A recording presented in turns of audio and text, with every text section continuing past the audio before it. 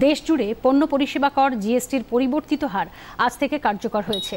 ফলে ওষুধ থেকে শুরু করে নিত্য প্রয়োজনীয় সামগ্রীর দাম অনেকটাই কমেছে। পুজোর মুখে কেন্দ্রীয় সরকারের এই উপহারে দারুণ খুশি পুরুলিয়া জেলার জঙ্গলমহলের মানুষ।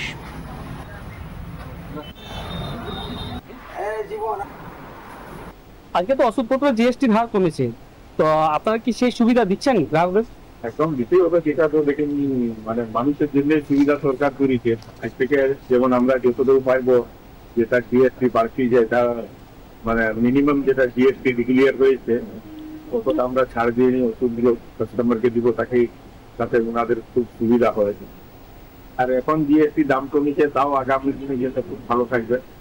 আমি আশা করি আরো সরকার এটা নিয়ে যে আপনি তো ওষুধ দোকানে ওষুধ নিলেন, কি তফাৎ বুঝতে পেলেন, কি বলবেন?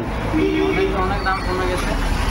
785 টাকা বিল এলো, আমার 85 টাকা কমিয়ে দিল আনন্দবাবু, 700 টাকা নিলাম।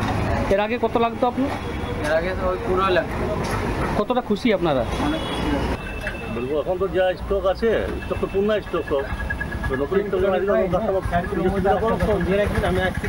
নতুন মালটা ঢুকবে, যা আছে তারপরে এখন পুরনো মালাই সব তো পূর্ণ মালাই চলছে। আমাদের যেহেতু খাবার জিনিসের দোকান, অলরেডি কিছু কিছু জিনিস তো 5% আছে, মানে ম্যাক্সিমাম 5%ই আছে। তারপরে যেগুলো 8 থেকে 5 আছে সেগুলো কমবে দাম।